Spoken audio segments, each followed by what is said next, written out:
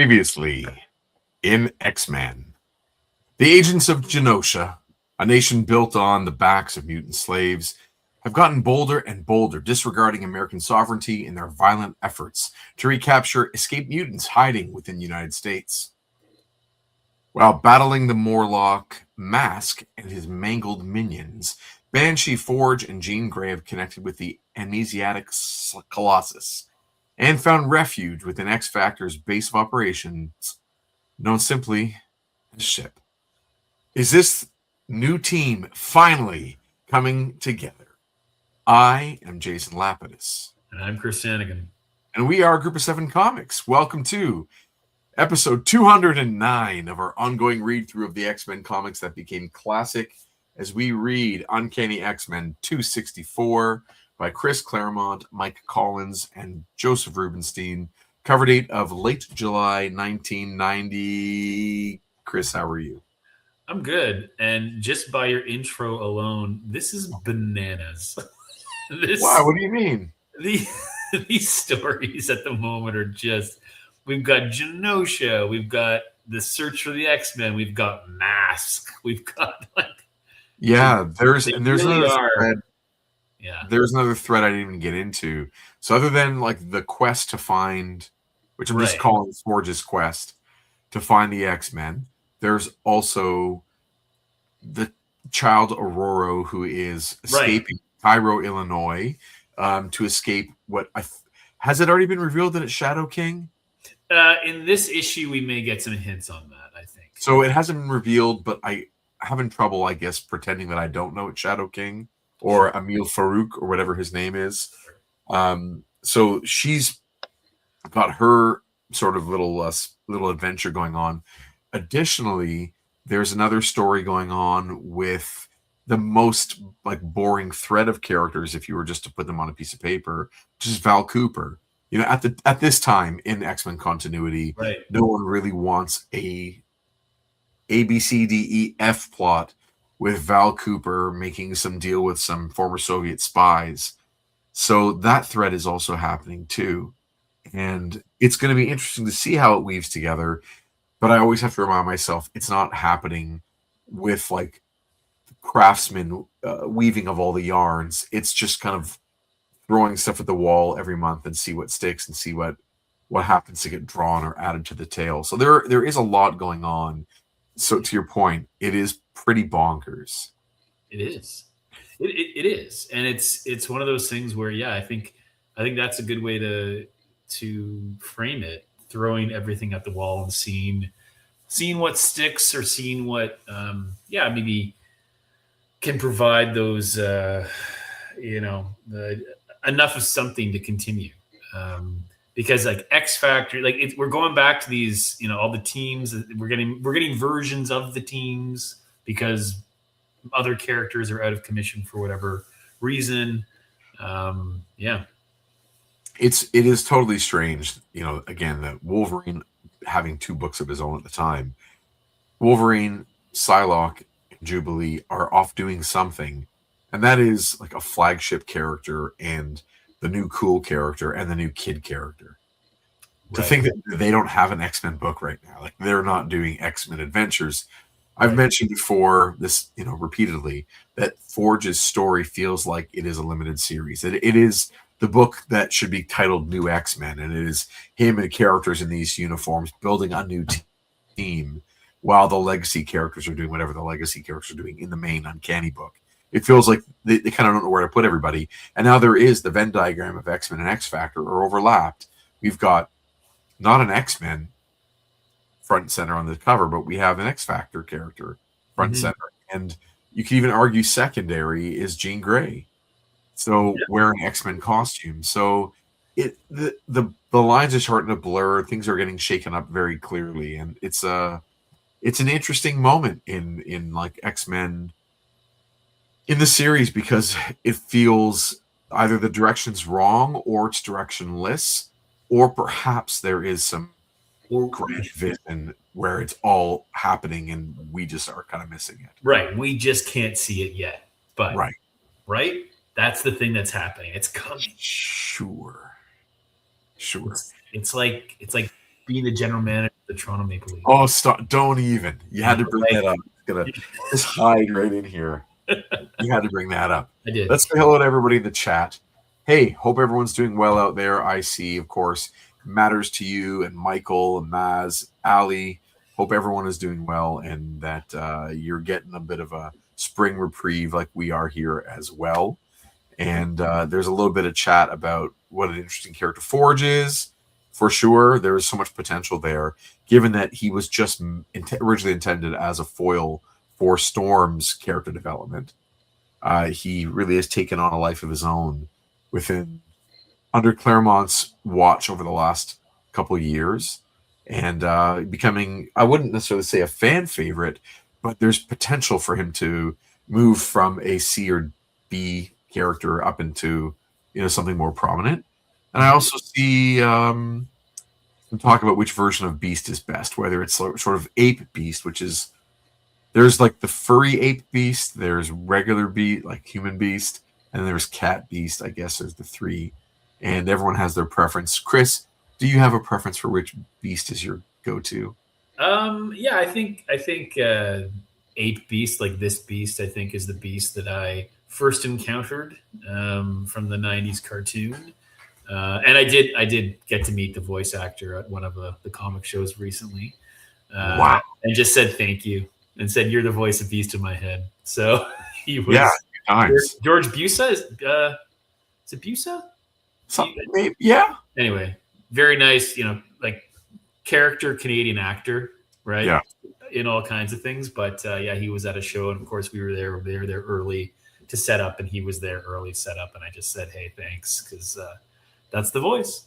Anyway, so that's my Beast. Yeah, let's go with that. That's my for Beast. sure. How about yourself? For me, I'm always bouncing back between the hairy and the non-hairy. The Cat Beast to me is a novelty and it's fun. And like that's like Astonishing X-Men Cat Beast that we're talking about, or the Morrison run. I believe it starts in New X-Men under Grant Morrison Gotcha. as what was just called at the time secondary mutation. There was, as a hopefully one day Mr. Meowser. Hopefully one day we'll get into it a little bit. We can explore and maybe unpack some of it. But the idea was that there was sort of like a quantum surge in mutation and secondary mutations with mutants. So Emma Frost developed that extra diamond form.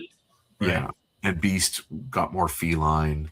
And then there was like the extinction level event from the extinction event in Genosha, which was like a mutant haven in that series, and which we all saw kind of repeated in X-Men 97.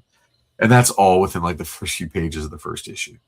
Oh, wow. It just, that tri-sentinel, the head with the, three heads, that insect kind of body just wipes out the country. I gotta read that run. Yeah, the first book is called E for Extinction. Yeah. I might have most of it in terms of trades, and I'm going to see you in a couple of weeks. Yeah. So maybe you got to remind me to bring you those trades. Right. And the one that I'm probably missing one or two. Maybe like pick it up at the or maybe that's the omnibus you pick up, or who knows what. We'll figure that out. We can talk some more about that. But before we do, of course, you can support the show by supporting our comics. Group of 7 comics.ca is our website where you can buy Group of 7, A Most Secret Tale, and Peregrine's Flights, Fiends, and Fisticuffs, our two trade paperbacks available in both print and digital forms. And it goes a long way to helping us to continue to make more comics. So thank you for all the supporters out there so far. We greatly appreciate. Yes, and copies of the new fight anthology called Ninja Versus, featuring the debut of the character Hogtown Jack. You can hit me up on Instagram. My handle's here. It's at Jason Lapidus Art. If you want to get your copy, I can send you one. Just like I said, hit me up on Instagram. It's an anthology featuring tons of original stories of characters, ninjas battling other characters from creators all across Canada. And it's some good stuff and lots of fun. And Jack makes his debut there, so that's kind of fun. Hey, you should also mention that Jack, this story, appears in another anthology that I just recently, the past month, saw the cover of. Yeah, you tell the story. Yeah, it's true. So it was I was asked to submit the story, a translated version of this story, to a publisher in Brazil. So Hogtown Jack makes his Brazilian debut in with a company called Go Comics in an anthology that is called, I believe it's called Comics of the North. So Right. it's a way to introduce Canadian creators to Brazilian readers. And yeah, so we just went international. There you Super go. cool. Super Yeah, cool. we got translated. Of course, It's in Portuguese, man. Come on, it's it's cool. in Portuguese now, which is a Yeah, wild thought. And next thing you know, it's going to be in every language in the world. So absolutely. yeah, fun. And of course, in a week and a half, Toronto Comic Con at the Metro Toronto Convention Center. And we don't know our table number yet, although I'm starting to see some people do know their table numbers. I'm looking for that list. I haven't found it yet, but we'll be in the comic creator guest section, which usually lines the back wall of the North Hall. If you come to Toronto Comic Con, you're not going to have trouble finding us. Anyway, that's a Friday, Saturday. Aiming by the bathrooms. Often, it's not too far from the bathrooms. But we'll be there with comics and prints and stickers and original art, and come by all of it, and that would be tons of fun. All right, X-Men. I got nothing on this slide. You know why? Because we should just talk about the comic.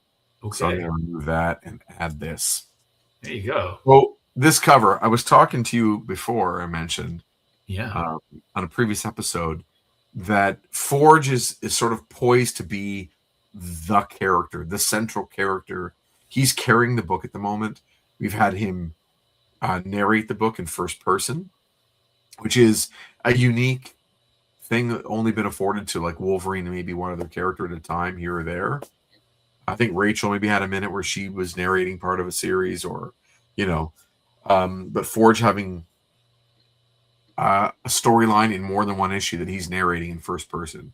So he is front and center.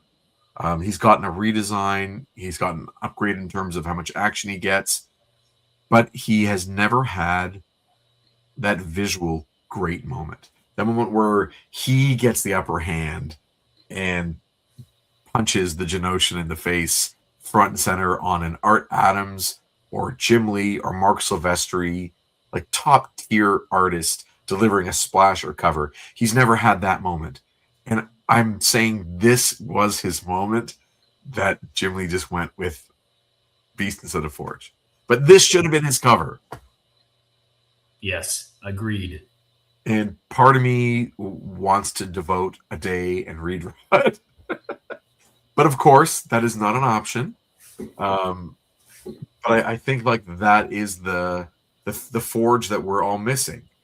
And so in honor of that, I took that awesome X-Men figure that I've had, and I added to him a thigh holster. Excellent. I added the bandolier. It took off the straps that were just over his shoulders. I added the cross bandolier, and then a second gun, a rifle on his back, along with his like sci-fi Jim Lee gun, and which now creates an X across his chest, which I'm always a big fan of. Totally. But I try to make my Forge a little more badass. Yeah, tactical Forge, right? Like, yeah, you want. Well, he's being kind of presented that way to us as the guy on the team. He's the weapons master, and he seems to be a strategic leader at the moment. So I wanted to, have a version to upgrade him, and instead of just one gun and just the shoulder straps, this is a lot cooler.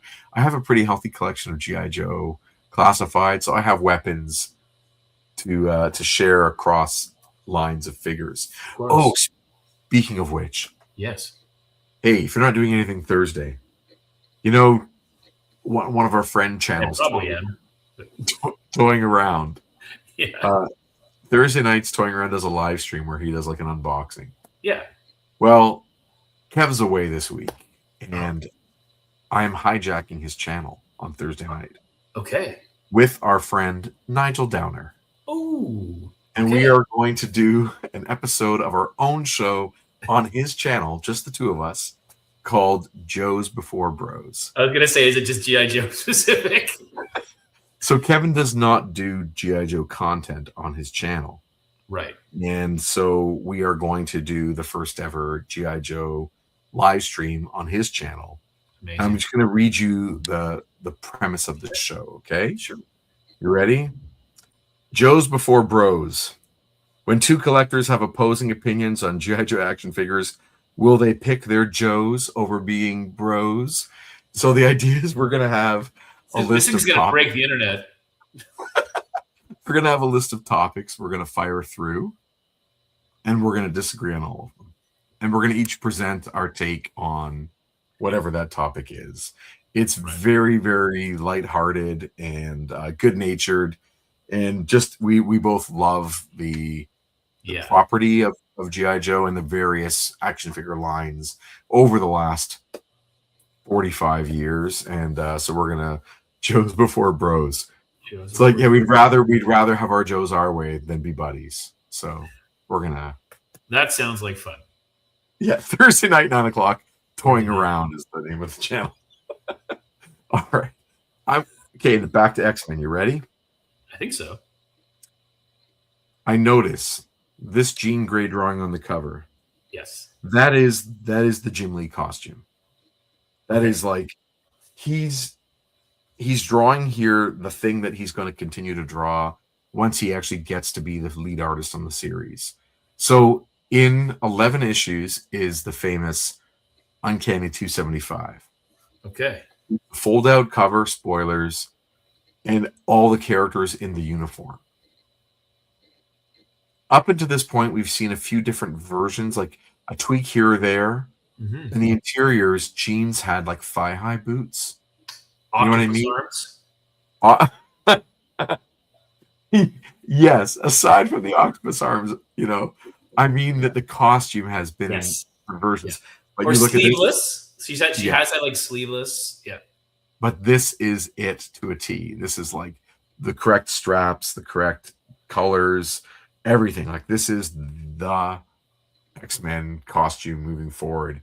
And it's neat that like it took a couple issues for them to figure out after they debut that first cover where like Sunder is there and where they're all bursting out. It's an homage to Giant Yes. Size Number One, which never really gets steam. That's like a first crack at it. This is like the refined version. And man, is that that X and O on her tummy, that belt buckle is just massive. And Yeah. I think it looks great. I think it's very Yeah. cool. So Yeah. yeah, Forge and her are wearing like the matching suits. But within the issue, I wonder if we're going to see Mike Collins draw this, or if he's not paying attention to the details of the costume, because So, in his mind it doesn't matter yet.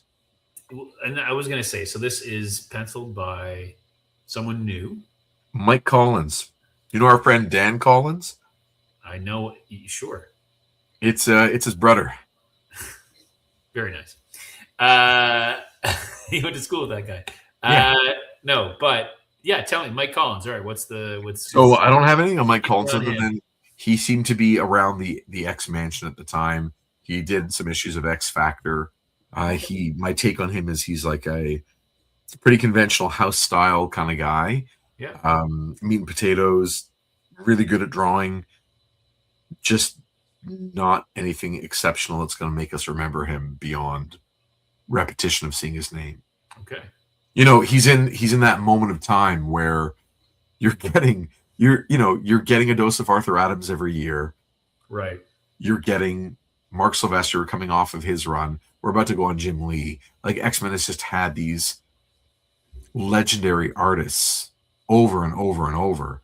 And a guy like Mike Collins or Jackson, Butch Jackson Geis, like these guys are just gonna get their 22 pages done, and they're not gonna make a dent in the mythos the way that these other people really do. So Correct. he's serviceable and Sure. again like draws better than I can, but doesn't he plays it safe and is sort of in that. If I had to say who he's pulling from, like a photocopy of a photocopy of a photocopy of Neil Adams. Like he's in that version of more realistic anatomy. He's not abstracting things. He's not going for any kind of interesting filmic or cinematic angles. Just illustration. Yeah, Gotcha. not Okay. exceptional. Okay. Maz says, I've always felt like it's almost the brown and yellow Wolverine suit, but in the original blue and yellow X-Men covers. I hear ya. Yeah, I mean, the cut of that piece down the middle. So to go into it, I guess, for a second, Maz, Kirby's initial design is so uninspired. And I think we'll get into this when our series is done and we like retrospect. Kirby's design is very uninspired, which I think a lot of his early designs were in the early Marvel age. Like the FF is not a particularly inspired design. Where you look at, let's say, a few years later, the Inhumans, right? Like the difference of 3 or 4 years for him on team costumes. Like he's really playing it safe with the X-Men the year after the FF. And the cut of those yellow centerpieces is really boring on the Kirby. And Jim Lee is going after something way more Cockrum-esque in the space that it takes up. And yeah, it looks like it's kind of pulling from where Wolverine's brown is. If I was to, I just happen to have a prop, I think, right here, don't I? Oh, I do. Wolverine's brown is in that area where it's from the shoulder and it tapers at the belt buckle. Like this is kind of the similar thing in a lot of ways. Yeah. So I see definitely what you're saying there. Don't I have more than one Wolverine right here? Oh yeah, I do. Here's one unmasked. He's just hanging out. Yeah, they're just the X-Men that I opened up recently. They're on my desk still, so they're hanging out. I hear you.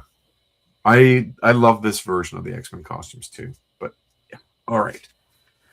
Are you ready to get into some hot pursuit? I think I am. Okay, good, because I need that in my life. Here we go.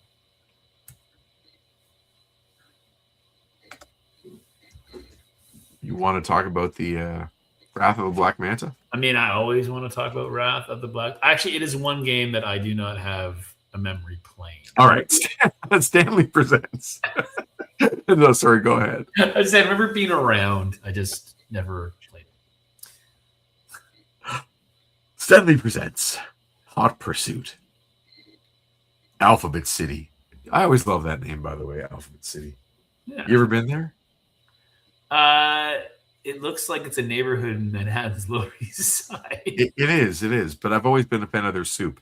All right, Alphabet City. Oh, nice. Neighborhood on Manhattan's Lower East Side, where the island forms a sort of erotic bulge. Oh. That's a weird way to express that. You should say this because then she and Forge, right? So you should be this person. Jeez.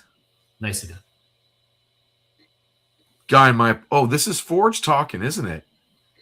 Oh, I guess it is. Jeez Louise. We're not clear about that, eh? All right, here we go. Alphabet City, neighborhood on Manhattan's Lower East Side, where the island forms a sort of bulge. Jeez.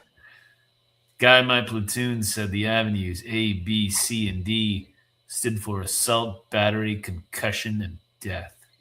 As far as he was concerned, the man was safer. My first visit, I'm inclined to concede that Joey may have had a point. So if you're new to the show, firstly, welcome. Secondly, Chris and I have a bit of a love affair with the way Claremont throws around names of characters that are not part of the series. Just either they are the two garbage collectors or sentry guards or, random people in Forge's memory. I love the names he chooses, and we can never go past them without commenting on the existence of those names. That's it, Jonesy. Now I've seen everything. Where'd he come from, Murph? The street was empty. Hey, you got a cop named Murph in 1990. I mean, how can we not be talking RoboCop? RoboCop, right? Or Murphy Brown. No, I think you're right. It's RoboCop. No, I think you're right with Murphy Brown. It could be Murphy Brown. He's moving at least. Can't be too bad. A matter of opinion. You better have a real good explanation, fella.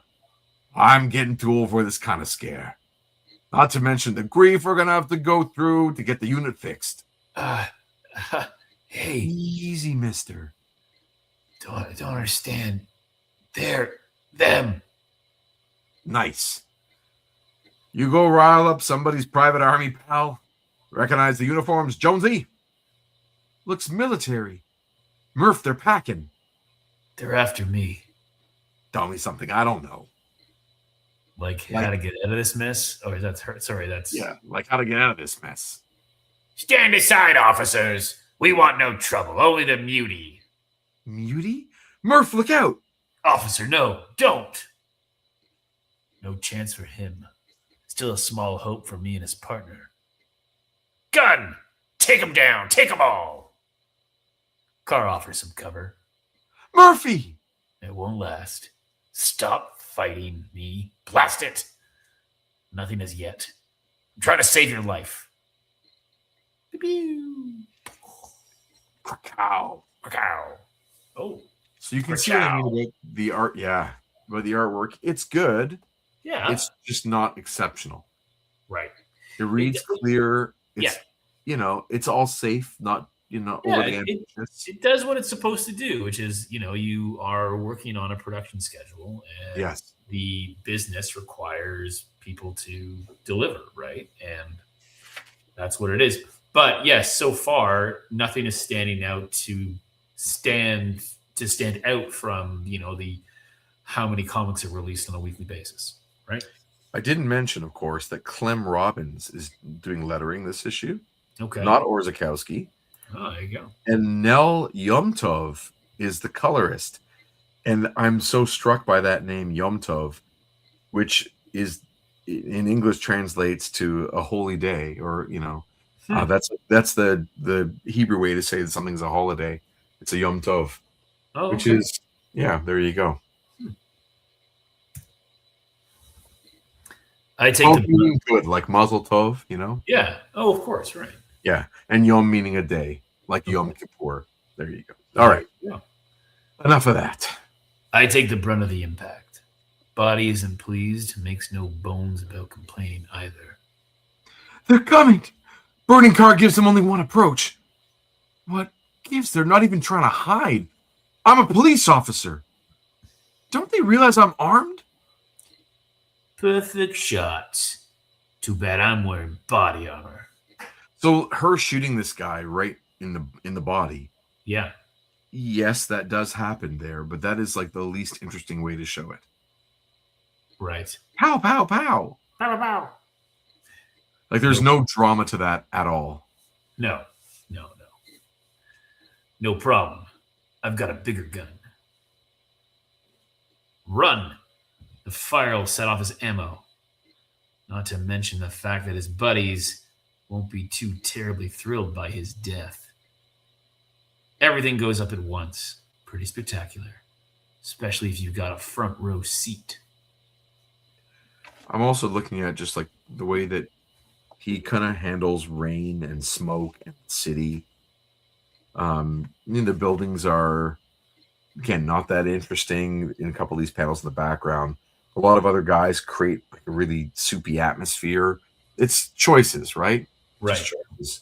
So weird seeing an X-Men video game ad in the comic book. It feels like we're passing a moment in time where X-Men are becoming like they're mainstream. Sure. Where we start the book and it's kind of like the little engine that could, and it becomes the award-winning X-Men book and the cool kid book. But the fact that Nintendo cares about X-Men, it feels like we're entering into that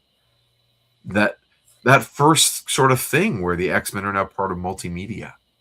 And interesting, and also always interesting choices made. I can understand maybe why they're made, but just the team here or the characters you can play here, right? Like 5 out of 6 belong to one team. Right? Yes.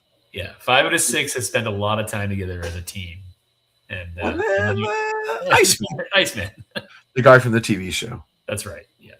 And also funny to me how there's like that play with the graphic design of the title. Right. Where we're going to move the word uncanny. And since the title is already on an angle, let's put it on an angle again. Like Steranko's design is really perfect. You don't need to mess with it, but we got to have it on double angle. Here we go. Double angle. I like the Wolverine pose a lot though. Yeah. A little bit of attention put on him. I imagine, was this the cover of the game? Like the Maybe, box art? probably. You know, a lot of those video games had awesome airbrushed art. This would Yeah, come off as being really blasé by comparison. yeah, true. We got to redraw it, Chris. We got to. You're right. That's the only logical next step. You got to fix history. You know what I mean? I do. Like going back and redrafting hockey teams so the Leafs finally. Okay, moving Right. on. Exactly. Redoing exactly all the things. Multiple explosions collapse the street beneath our feet, dropping us into an old storm sewer. Stunts like this, they were a lot more fun in the movies. With all the rain, it's like taking a dive into a Rocky Mountain rapids. Except that, Mm, except that water you can, except that water you can drink. Get the lady with one hand, grab for a ledge, some sort of maintenance walkway with the other. She's scared. So am I. She spends the next few minutes coughing gunk out of her lungs. Hope she's had her shots. I stand sentry, but nothing stirs. My name's Jones. Forge. I owe you. My pleasure. You're hurt. Trust me, officer, it's not quite as bad as it looks. Good Lord. Prosthetic leg, artificial. Since it's still working, there's probably no critical damage.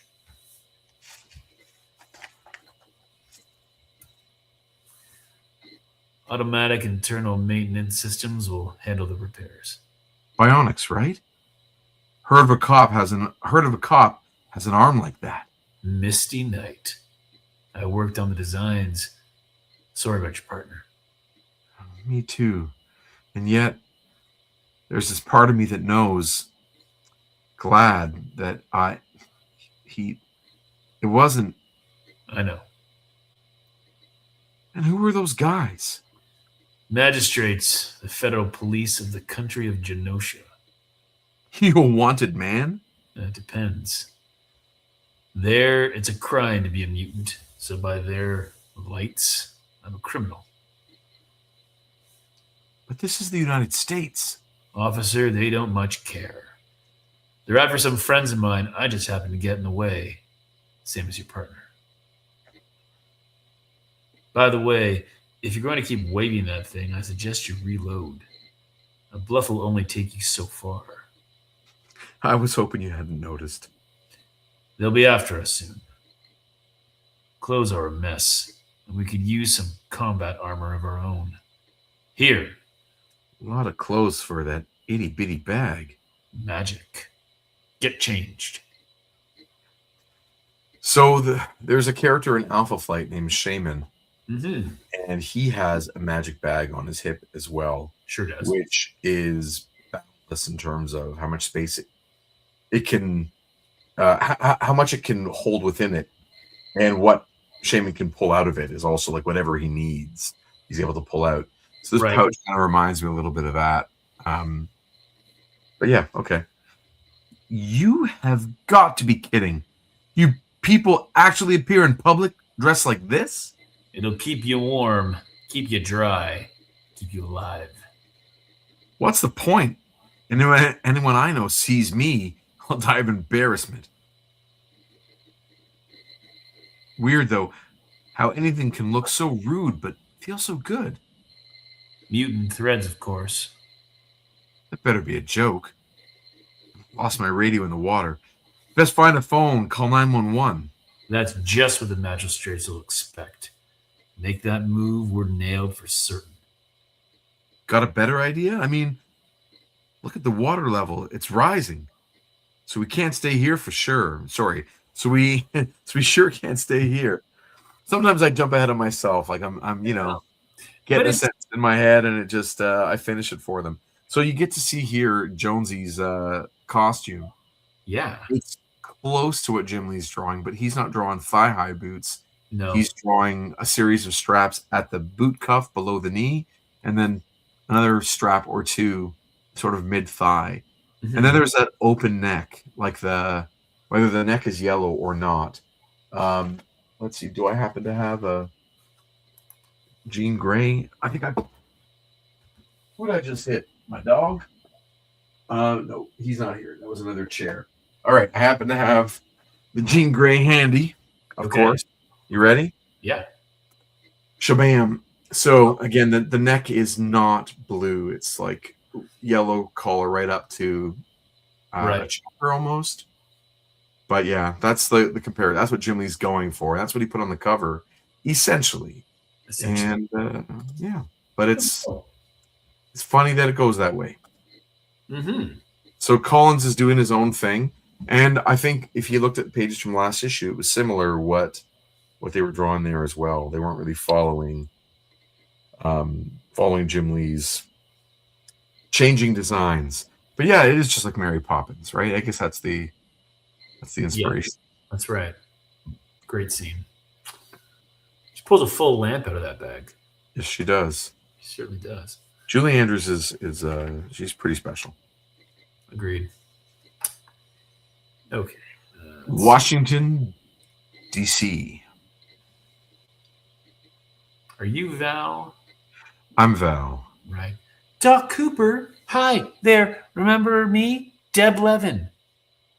The KGB's killer cutie commando herself. How could I forget? Is this business major or pleasure? If you've got a minute, my boss would like a word. Have I a choice? Everybody gets that, Doc, and takes the consequences. Come here often, Colonel Vazine? Every opportunity. I'm a charter member of the club, under another identity, of course. Of course. Is there any place in this town, Spy Master, you don't have entry to? The orange juice is fresh squeezed, where there's water if you prefer. This is fine. I must say, though, Colonel, you make the darndest meetings. I'm almost afraid to ask where next. In my profession, discretion is the watchword of survival. Your world, and welcome to it. In this instance, you do well to pay attention to its lessons. She ever stop watching your back? After I am dead. Cheery thought. What's up, Tavarish? Your quarter. Talk to me. So, a couple of things. One, the third panel where it's meant to be she's sweating, but it just looks like her face is melting. Oh, no, she's melting. Oh, she's melting. Just, yeah. Yeah, not easy to convey sweat in comics. I think that's one of the places like that early manga does it great, where it is water off the body, like flying off. Right. And you're really looking to just kind of codify, like use that codification of flying sweat as a way to communicate it. But this is like Clayface is melting under the lamp. Yeah, absolutely. Yeah, it doesn't work at all.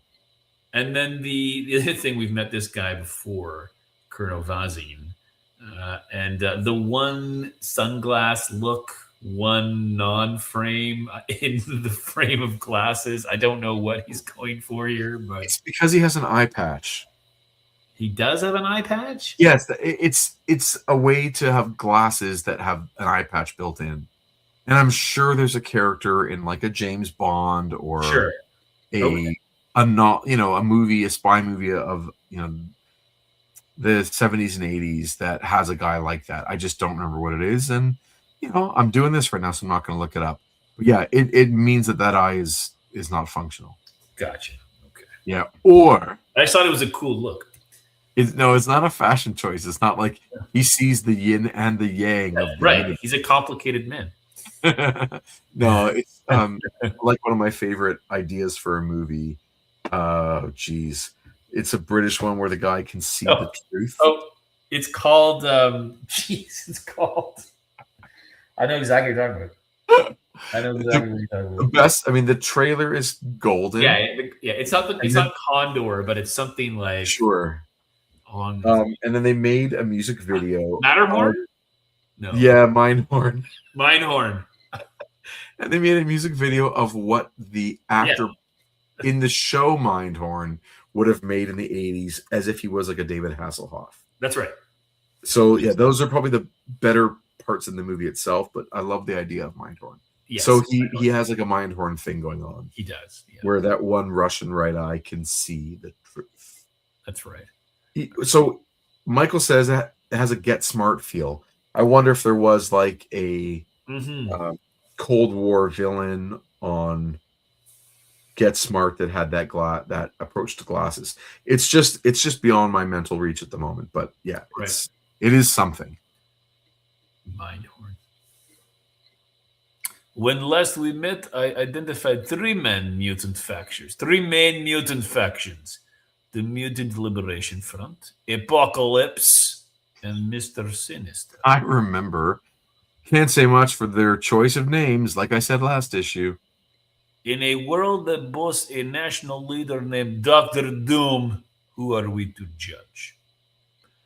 I now know the fourth, that exists in the External Affairs Directorate of the KGB and its predecessor, the NKVD, the Special Operations Account, to an operative identified only as the Shadow King, the ultimate power broker who excelled at playing all sides against the middle, working simultaneously for every great power on the globe, somehow making himself so indispensable to each that none dare take action against him.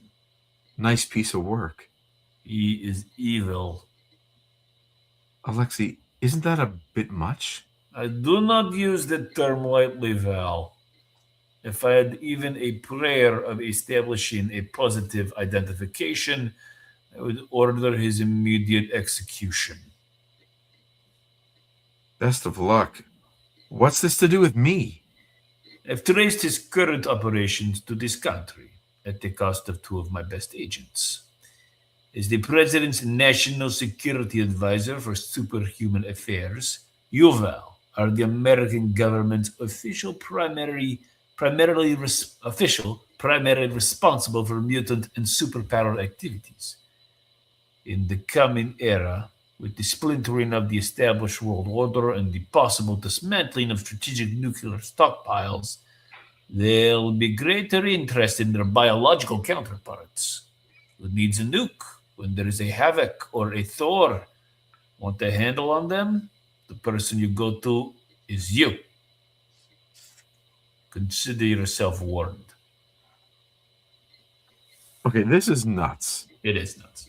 It feels like this is 4 or 5 issues worth of research in action and espionage just dumped on us in 2 pages Mm-hmm. of Totally. exposition And with what a plot tiny is this? short shorts. Plot F, plot E, right?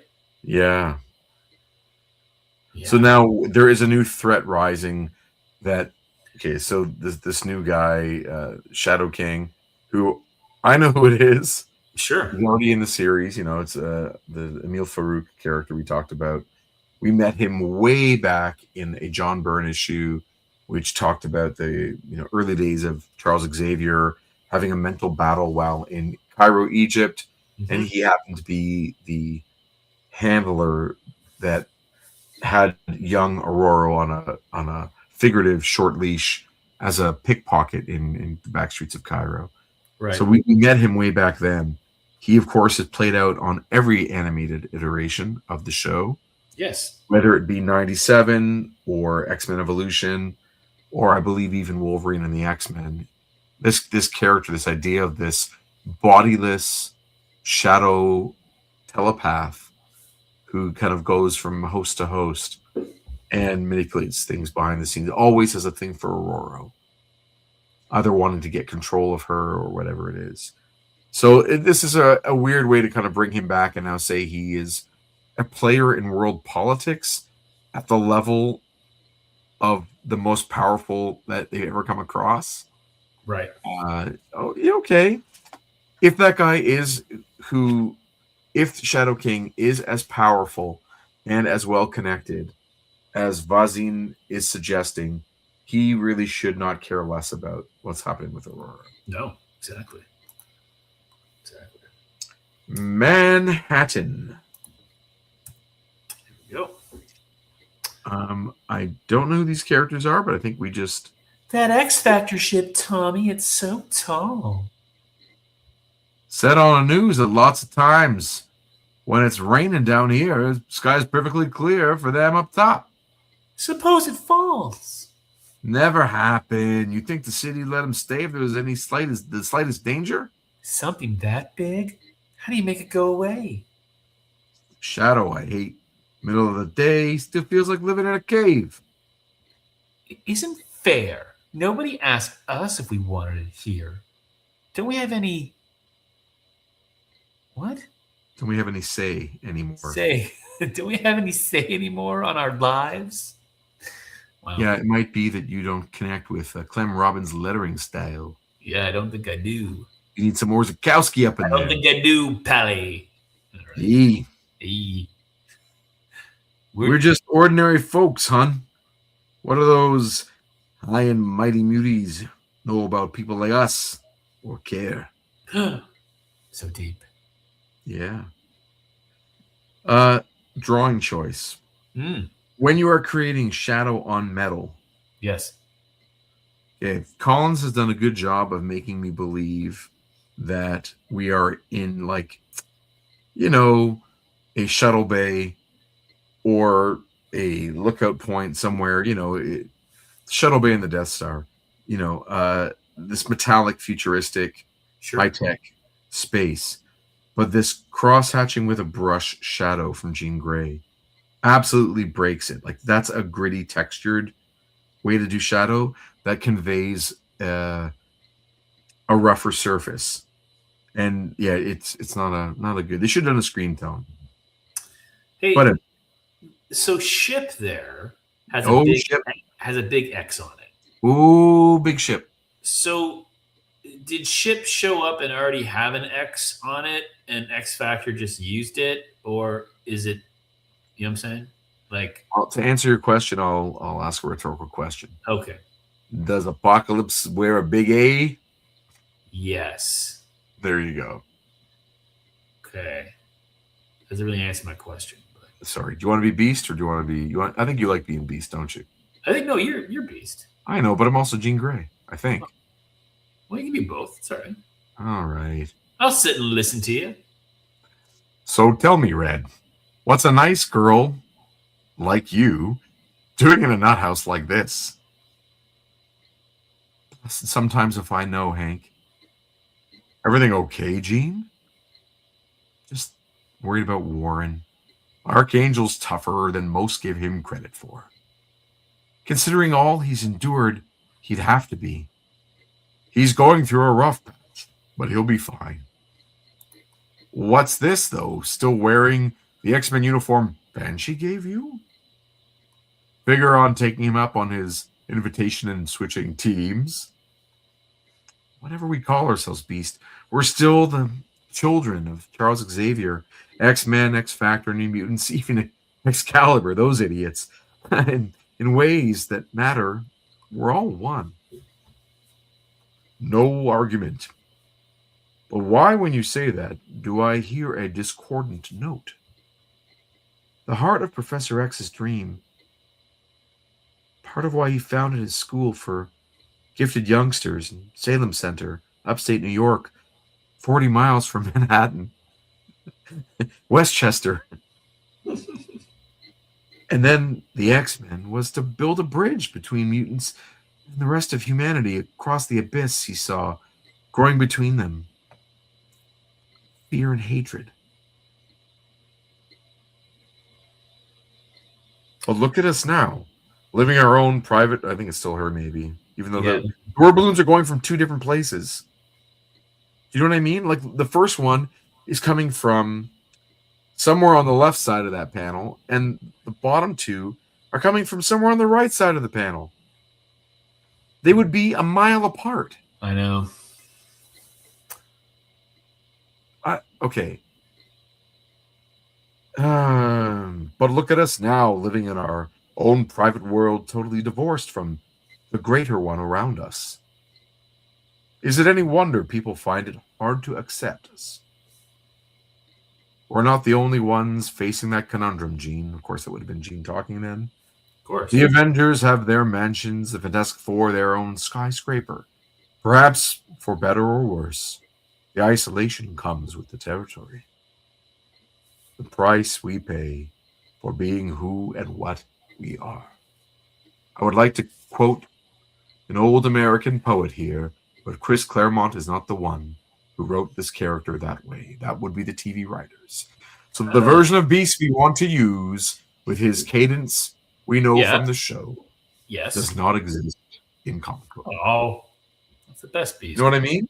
Yeah, Like the show really informs the way we approach these voices, totally. but Absolutely. but they don't fit in Claremont's writing style. No. Oh my stars and garters! Exactly. Right. To quote, yeah. Careful men. Prose.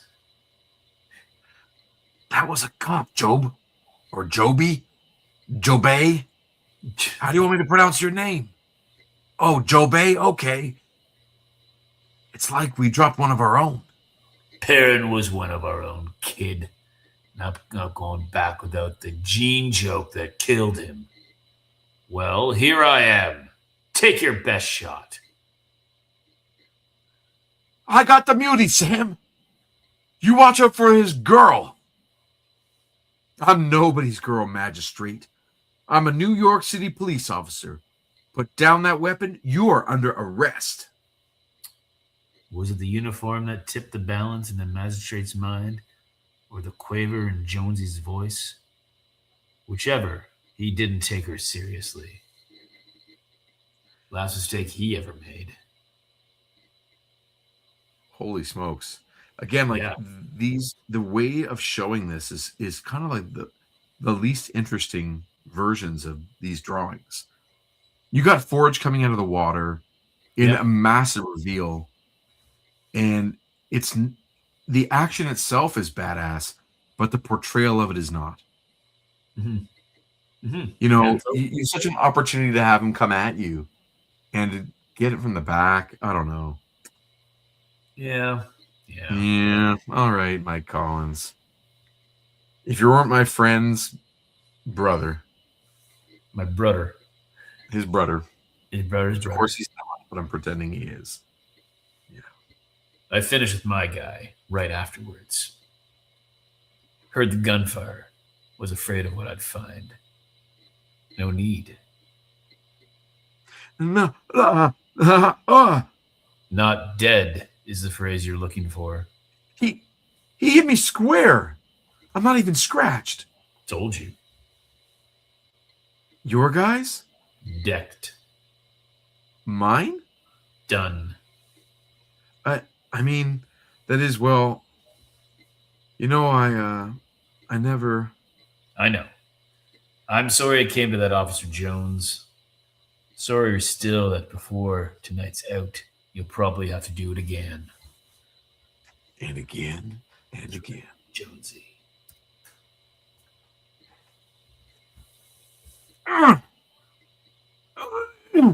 Come on, you big, ugly, stinking piece of pig iron.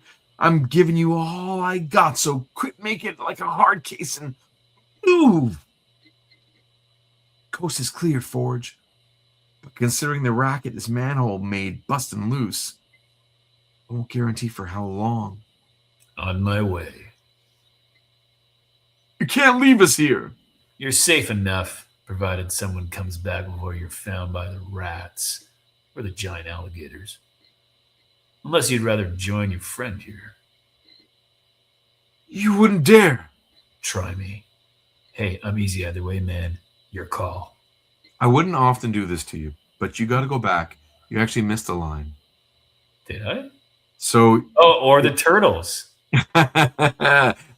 we have to go back to that. Oh my goodness, yes, absolutely. Right? Or the giant So alligators or the turtles. Right? It's 1990. Yeah, and totally. The craze is full on at this point. The movie's out, the whole bit. Yeah. So, yeah, that's the only reason I would go back. Oh yeah, no, for sure. Gotta see the turtles. You and the girl, you're as good as dead. Better hope not, or you boys have a serious problem. Be seeing you. Been called a lot of names in my day. Figured I'd heard them all. Live and learn. Do you suspect that the guy called them some more things, or just Gene joke? I guess. Yeah. Maybe they're yelling at him as he, right? Yeah, I Yeah. wouldn't have minded like the word balloon that maybe has a bunch of squiggles and stuff to Sure. give us a sense that he's mouthing off and saying some things he shouldn't be saying. Mm-hmm. I play by the rules, Forge. Even if they don't, I won't let you murder them. I wasn't about to try. Simply yanking their chains is all. Think they have a point about our chances? Today's as good a day as any, Officer Jones. And better company than most.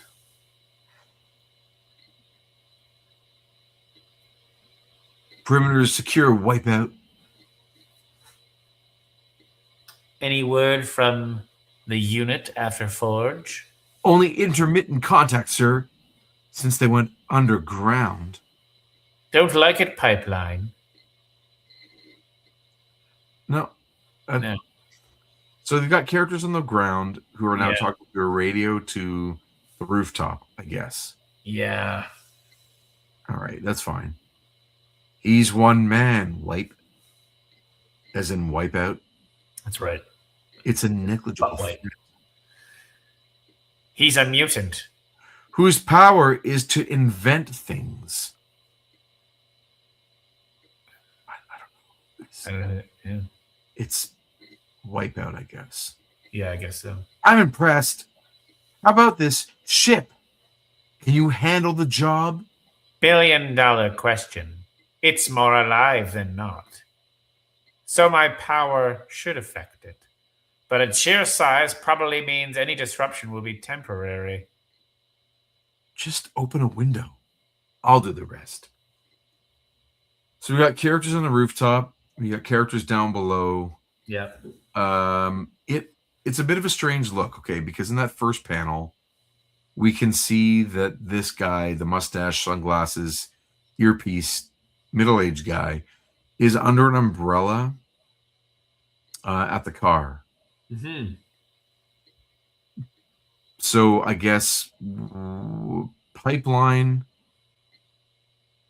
Wait a minute. Is Pipeline the one who does the sending through the computer? That's right. Yeah. So he's the one on So he should be the one on the roof, which would mean it shouldn't have the electrical zigzag thing. No. It's, I guess. So I don't like it. Pipeline is the sound coming out of his earpiece. So that is correct. Right. And then Wipeout is the guy below on the street with the mustache. That's right. Okay. But then there's a second person up on the roof with him. That's why. Or is that him and his computer? Well, the second voice, it says, he's one man, Wipe. It's a negligible threat. And then the other voice says, it's a mutant, or he's a mutant. Oh, yeah, I guess you're right. So either the one that says he's a mutant should have the zigzag, the electrical, or there's a second person there. Either way, this is where the art and the lettering and the writing are not going together. Right. Yeah. Is there a dog there? No, just a teenager. A good one or an evil one? Well, it depends. All depends. Sup? There you go. There you go. All right, buddy, go study your math. I love it. Yeah, good times. So open a window, I'll do the rest, says. And then that's, I think Pipeline says that last bit. Guaranteed they'll never. Okay, guaranteed they'll never know what hit them. I wasn't there, but I could guess what was happening. Everybody relaxed, figuring the ship would protect them. All it took to set things off was someone answering the damn phone. Damn right. So here we've got Beast in the very foreground and Banshee. Yep. We have Peter Nicholas, Yes. the artist. Callisto in model form. Yes. In the back, we have Jean Grey with her sleeveless version of the X-Men outfit. And then we have the two Genoshans, one who is David? It's David or David or Daniel or Philip. Philip. And then 24601 over there. Yes. Who is quite She-Hulky at times. Yes, absolutely. Right. So that's who we've got in this scene. Hanging around on a couch that doesn't actually make physical sense. But okay, we're good. So Jean Grey answers a phone. Yep. They have all this tech, and they have I love it. They had to hook up a wall phone. Yeah. With the cord and everything in this incredibly high tech spaceship. Yeah, of course. They ran a cable up through the house. They ran it up. They found a spot in the wall, the drywall, and patched it up. On cue, Wipeout touched Ship's leg. His gift, if you can call it that, is to neutralize mutant or super abilities. Ship, in its own unique way, fits the bill. Oh my stars and garters. Your ship, Hank. It's screaming. Lights have gone, too. Some sort of massive systems failure. Guys, the phone! That is so weird. That's so weird. The phone line, I love it. This is, I think, still more forward, right? Pipeline handles traffic. Digitizes people, transforming them into data. What is that? BITV? No, it says bits. Bits, data bits, then bounces them over phone lines, reassembling them at the other end. Adds a whole new dimension to reach out and touch someone. Which is an old AT&T slogan. Of course. Well, I don't know. People, it's like got watching the show might not know about that. That's right. Blink of an eye, the room's full of magistrates, plus the press gang's lady muscle punch out. How do I know? Research poking my nose where it doesn't belong, which is what filled the Genosians onto my tail. In the first place, finding all there is to know about the country that treats me and mine as slaves. Did you... Oh, sorry. Finish the sentence. Okay. And whose government has branded the X-Men as terrorists. Do you know what her first name and middle name are? Punch-Out? Yeah, her first name is Mike. Yeah. Her middle name is Tyson's. Yeah. Exactly. Yeah. Yeah, so exactly. I'm Hawkshaw. Your people have property that belongs to the government of Genosha. We're here to reclaim it. And you're trespassing. You've no right to be here, unless to take Jenny ransom. Sorry to hear you take such an altitude. I think it's probably still Hawkshaw. Oh, yeah. Let's do it the hard way. My pleasure. Philip Moreau, I have a warrant for your arrest on the charge of high treason relating to the theft of an enhanced genetics module. She's a person, blast you, not a machine. Unit 4817, she has a name. It's Jean Valjean, 24601. Her name is Jenny Ransom. That's right. It's Jean now. You're wasting your breath, Bill. These aren't the kind to listen. And if what you brutes say is true, it doesn't give you the right to storm into our home and take them. Doctrine of hot pursuit gives us the right to go anywhere, Red. Use whatever force is necessary to get the job done. Besides, you X-Men did worse on Genosha when you stole the unit in the first place. Somewhat biased view of the events of X-Men's 235 to 238. The doctrine of hot pursuit. Wow. Yep. Jenny Again, left for her own free will. What's that? Oh, I'm sorry. That's good. These panels are just so uninspired. Yeah. And I'm having with the lettering, I'm having some challenges sometimes. It's just or Zakowski.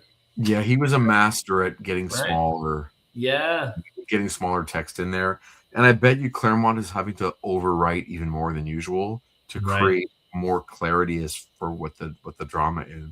And, all Ali wants to do is talk about that Dick Tracy ad and more Madonna. So, if the comic isn't great, we can always fall back on Tons of blonde ambition, if you know what I'm saying. Totally. There you go. Was her name Lips? Lips? Yeah, sure. Okay. Jenny left her own free will. Jean followed them the moment she was hit. Hope to heaven it was just a tranquilizer. Pitch me sonic scream just right. It should KO the lot of them. It, Muty, is a biological machine. Has no more sentience or free will than a typewriter. Oh, cripes, even with our earphone dampers. That shriek was murder. Yeah, I believe it's Lips Mahoney. Lips Mahoney. Gotcha. That's what I think. That's what I dream. Right. Good old Lips Mahoney. Feisty little lady. Great moves if you're striking poses. Speaking of Madonna, striking poses. Oh, nice. Pose, right? Nice. That's pretty good. Yeah. Oh, it's Breathless Mahoney. Breathless Mahoney. But how can you be breathless if you don't have lips? Ooh. So aren't we all lips something? Good old lip Sanigan over there. I tell you. Oh, Lips was Al Pacino. Okay. Oh. So maybe the chapter, and like you haven't seen the deleted scenes. They have a love child Called Lips Mahoney. Lips Mahoney. There you go. Yeah. I'm glad that you caught my Vogue tie in there. Thanks, Allie. That's good. I will try and find some more as we go. I promise. Anything but that. There's one Madonna song I can't stand because it stays in my head like an earworm. So I'll make any other Madonna tie-ins I can do. Here we go. Great move if you're striking poses. Not much use in a real fight. And the heck with her, somebody nailed a boyfriend. No, right, that is Callisto. Yeah. Callisto should be able to kick their butts. Model Callisto. Yeah, but it's just like her face that's been changed, isn't it? Like, I mean, I guess. Yeah. Yeah. She's an incredibly proficient combatant. She is, absolutely. I mean, she fought Storm. Yeah. Right. And lost. But yes. Yes. Unit 4817, cease all resistance immediately. It says obey. Oh, obey. I obey. Follow her lead, boy, or we'll send you back to your father. Oh, wait. I said father figure. That's George Michael. That's right. Now we're getting to George Michael. Yeah, okay. Or we'll send you back to your father, the Gene Engineer, who don't preach, in a pine box. Boyfriend's strength. Oh, Colossus.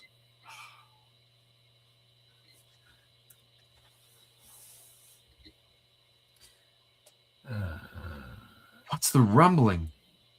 Older fellow. Wipeout must be doing something to X Factor's ship. Don't they realize how dangerous? What do they care? Probably be long gone by the time this dust settles. No one will know what they did, so X Factor will get the blame. Most likely. We've got to do something. Our chance to play the last scene from Butch Cassidy and the Sundance Kid, right? Maybe. Harder you struggle, hon, the more that baffler headband scrambles your synapses, so you can't even control your bod, much less your telekinesis. Fair warning, keep it up. You can do yourself some permanent damage. I want her subdued, Punch, not turn into a vegetable. Alert pipeline to initiate. Wait, hold it. Where's the monkey? Oh, jeez. Jeez. No, I think they're referring to Beast. Still. Yeah. Find him. We don't evac until he's neutralized. What is Hank Shaw's power? Hawkshaw's power, whatever. Yelling? Do we know? Okay. No. Right. At least so long as Wipeout keeps the ship in its fugue state, Birdball's trapped on this level. Great. That only makes the search impossible instead of ridiculous. Hmm? Claude. Claude. Nice one. I got a better idea, Hawk. Surefire. Red's an old pal, yes. Founding member of this Gene Joke gang. We play a bit with her. Betcha Fuzzy comes a running. That's what my family says about me all the time, by the way. Bet you Fuzzy comes a running. Yeah. Like we put out this bowl of cereal. Right. Betcha Fuzzy comes a running. Let me just put out this half-eaten sandwich. What? Okay, this word is a little beyond me. Perscapacious? Wow, that's pretty good. Yeah. Is that how it's pronounced? I mean, I've never heard it before, so. Persca... I don't even know how to say it. There you go. Perspicacious. I don't know. Okay. What a perspicacious soul you are, my dear. See? Here I am already. I think it's only fair, Gene, now that we've taken measure of our guests, that we treat them to the full measure of X Factor hospitality. And this now. Our sentiments exactly. See the badge? The shoulder patch? I'm a cop. Call 911, code 1013. Officer needs crumbs. Man thinks I'm kidding. This is some joke. Small wonder, really. Put these on. Call it an edge. Butch and Sundance never had. Incoming! Those are great. Those 4 panels in the bottom left there with the smacking together. That's a fun one. It is. That one works really well. Yep.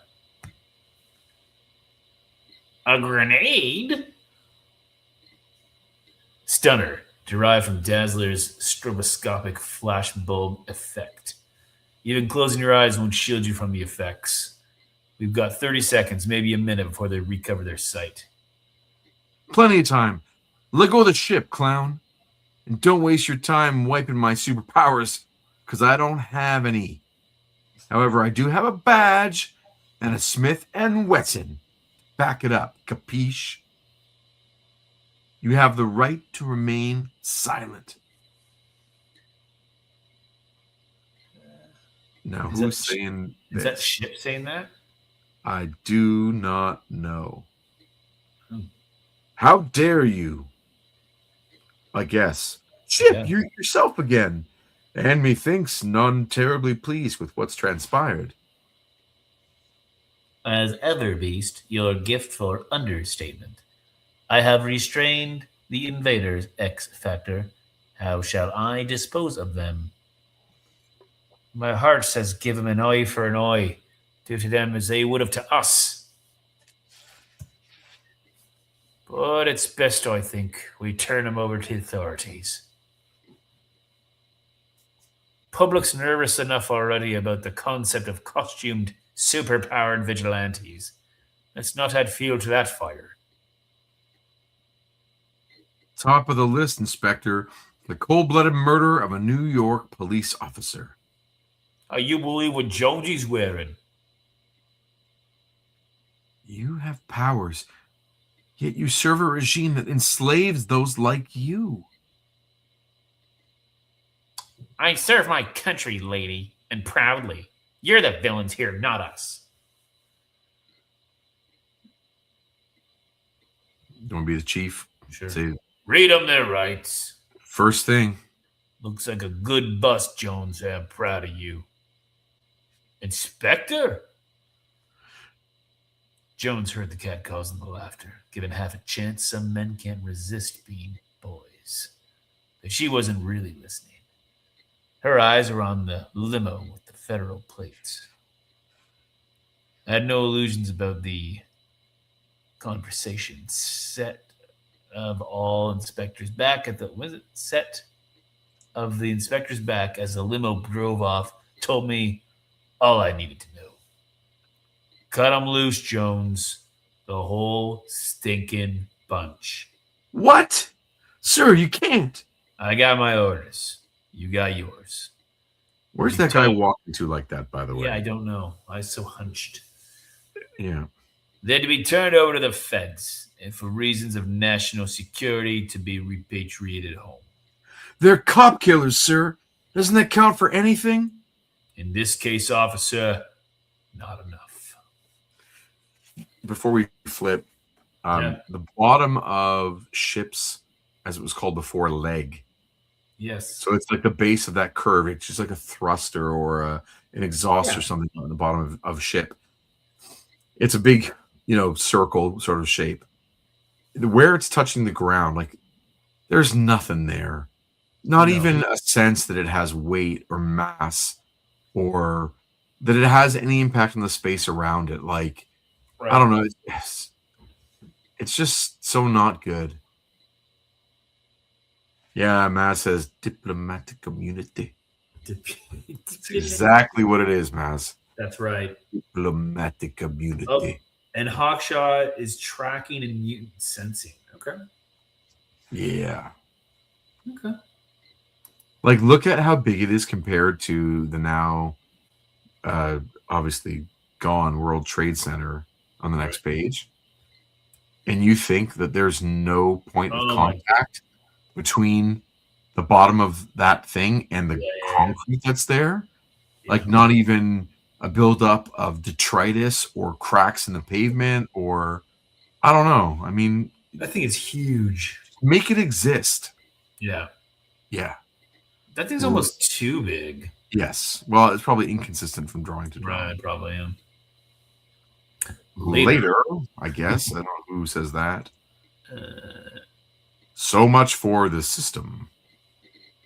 The Genosians didn't even get a slap on the wrist. As far as our government's concerned, they were never here. Last night didn't happen. Murph was gunned down by person or persons unknown.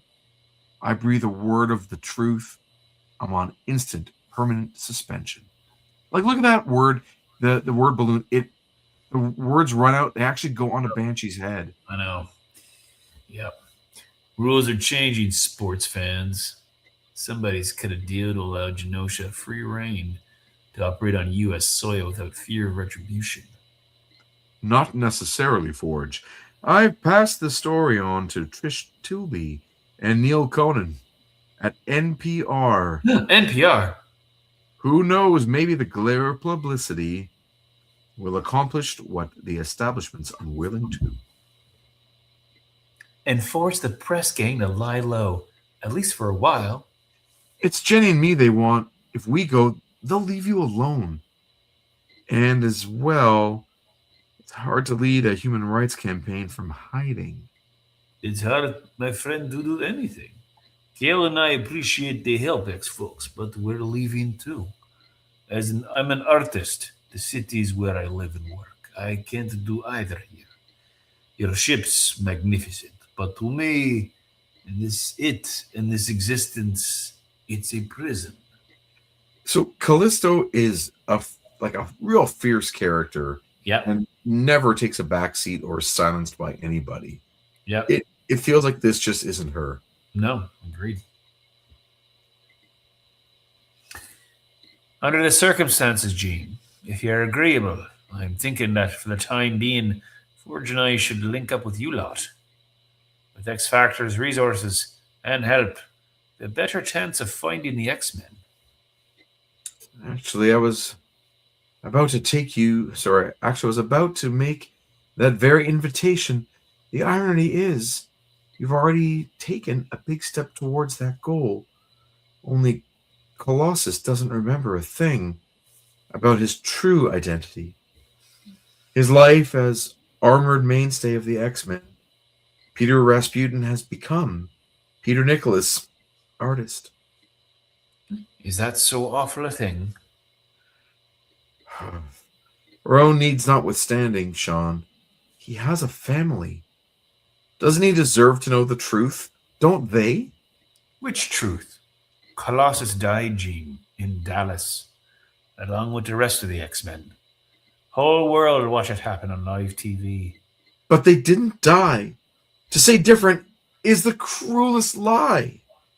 You think? Look at him. He's doing what he's always yearned for. Finally able to express through his art the feelings, the poetry he's had bottled up inside. He's in love, Jean. If he's found his heart's desire, have we the right to take it away? We need him, Sean. Well then, we know where to find him. Till then, I say he's earned his happy ending. Ooh, what do you mean happy ending? Happy ending? What do you mean happy ending? What do you mean and what do What I do mean? you mean? Yeah, there you go. Okay, let's have a very serious debate. Sure. This is the hottest debate we've ever had on the show. Are you ready? Do it. Should they tell Colossus who he really is? Or let him have his happy ending? Go. Hot topic. Yeah, tell him who he really is. Tell him who he really is. Reveal the truth. Reveal the truth to Colossus. So cruel. It is, but he's living a lie. Can't believe you'd say such a thing. Yeah, I know. I mean, really, that is just terrible. What is happening here? How could you treat him like that and reveal the truth? Yeah, because he's with Callisto. Yeah. Who I always thought was coded a little differently, truthfully. Mm. I never got the sense that she had any orientation one way or the other. Right. But that's the lie, is like her in this just, I'm a model and I don't have a personality. Yeah. And I'm just the object of your weird New York artist fantasy. That's the lie. Right. Yeah, tell him, obviously, wake that guy up. Come on. He's on the holodeck. You got to wake him up. What's happening there? Well, don't you know? It's now on sale twice a month. Oh my goodness. And Storm at the mercy of the hounds. Oh, the hounds. Jeez. But I Storm wonder if those are the hounds that are hunting mutants. of love? The hounds of love. Oh. Yeah. No, sorry, I'm not familiar with that emotion. Keep push. No, I understand the song reference, but what is this love of which you speak? Oh, love. I'm wondering if, without having read this, are these the mutant hounds that Ahab? Oh. Like, is this leading us into that annual we just read, and they're mutant hounds, or are they zombies? That or whatever. That color green is not. It's too strong. It needs to be something. It is, yeah. More subtle, but although check out the solo corner box Havoc. I see that. This week we had a Forge one this week. We didn't even talk about it.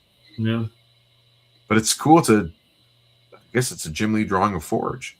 You know, you can't see that. You can't see. There that. It is. Yeah, man. Yeah, but that looks like a good trading card kind of thing. Totally. And yeah, I like him with the yellow boots better than the brown. Yeah. But I understand that a lot of people like Forge with the fringes around the tops there. Sure. Probably could add the fringes to this, but still give him the yellow boots, but that might be one step too far for me. We'll see. I don't know if I still have those pieces. I might have sold it to Forge. So she's got some sort of stick. She does. There is a hound on the ground, I guess. Yep. And 265 obviously is one away from 266, which is canonically the first appearance of a particular Cajun character that whose name we should remember. Absolutely, and whose voice performance you've been working on. I have been working on it. And I was really thinking about last week when you got to do some Gambit, and it was so good. I also got to hear a stand-up comedian talk about his Cajun ancestry. It got me going. He was so funny. He was, whatever his bit was, he talked about, it's like the only people who in the States who are like bilingual but also illiterate. So, jeez. It was so harsh. He was going after his own people. Yeah. Really, really funny. Yeah, so hopefully you get a chance to really lean into them Cajun roots, and but it's funny, because you did lean into the Quebecois of it a little bit. Sure. Well, that's the reference point, right, for us. Well, right, but I also don't know if a lot of our American listeners or viewers know the connection, like know where the word Cajun comes from.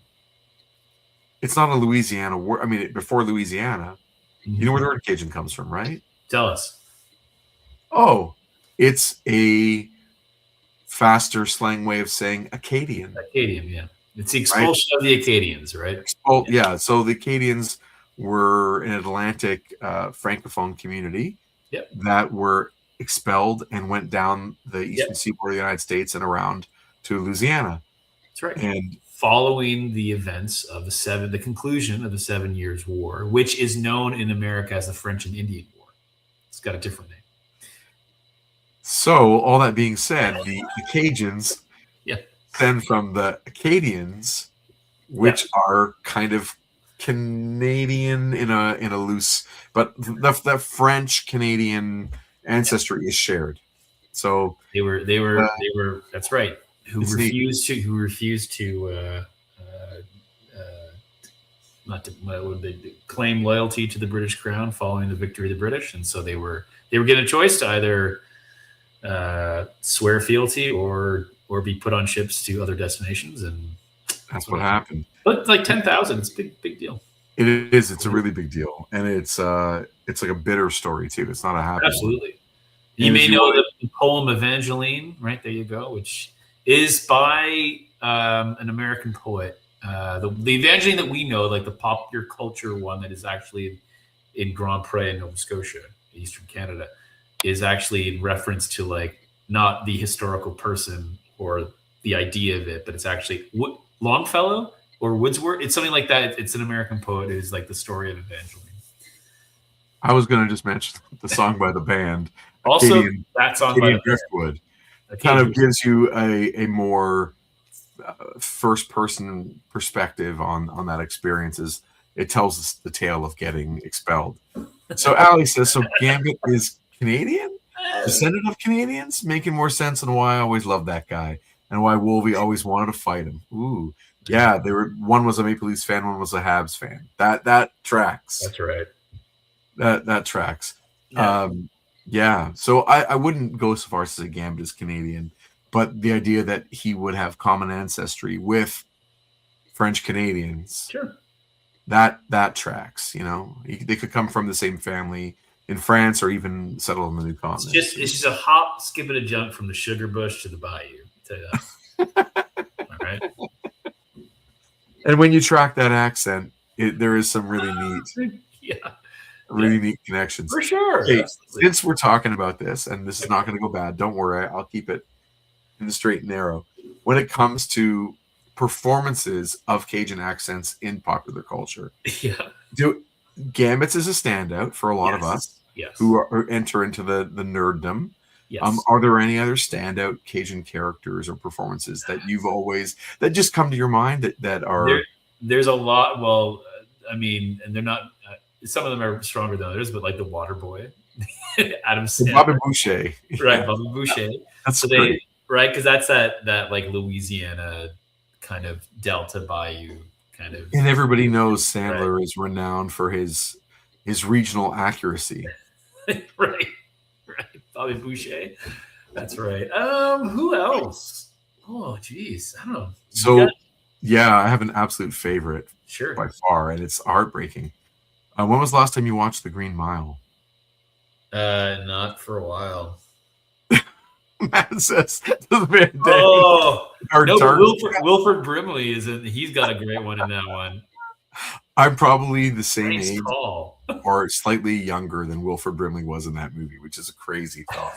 Like he's in his early 50s in a lot of those movies that we know. He was in his early 50s in his late 20s. That's the great.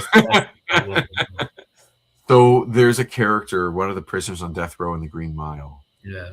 There's what character that's Wild Bill is his nickname, and he's played by Iron Man 2, the villain. Really great character.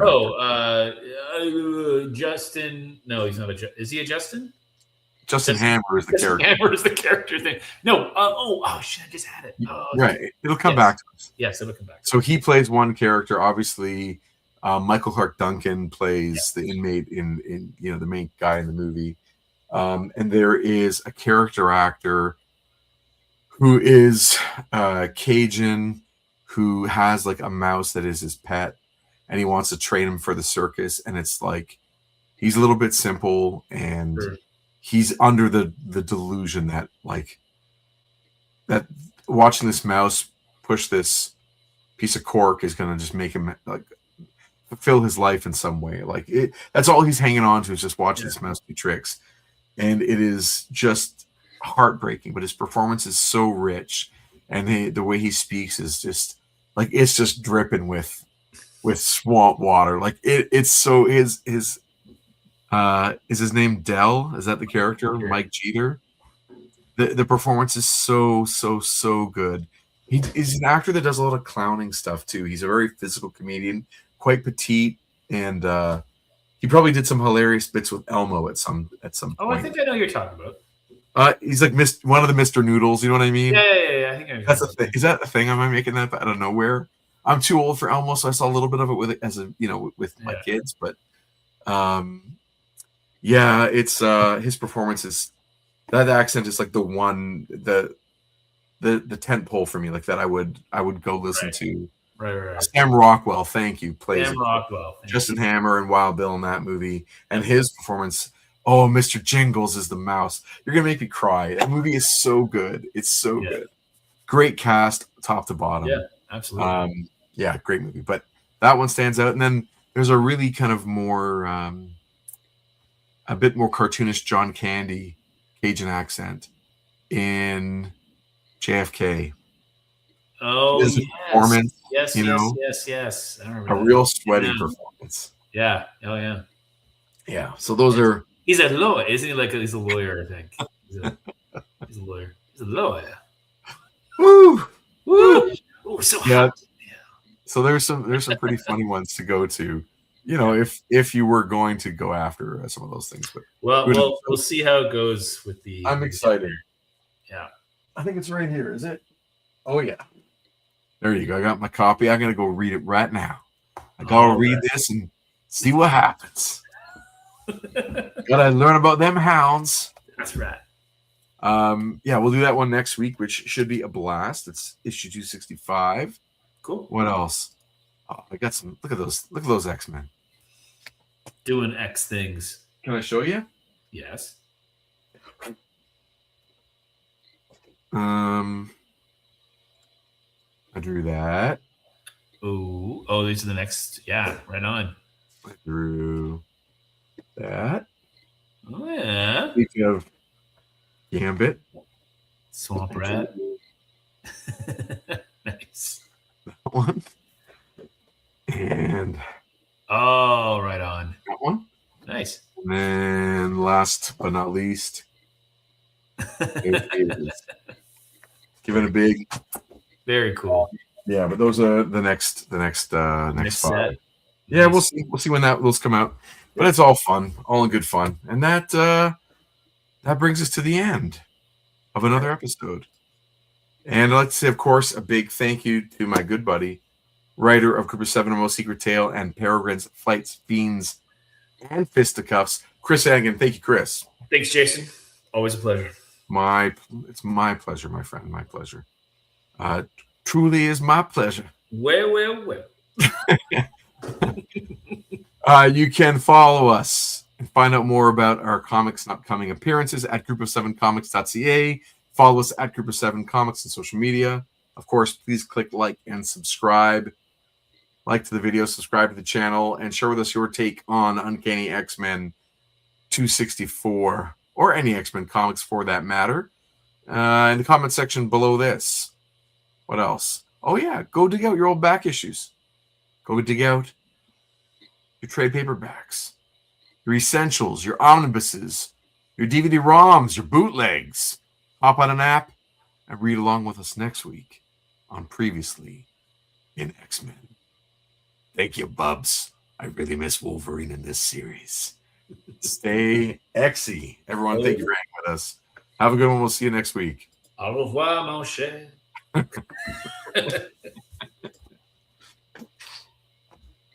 Staying axy.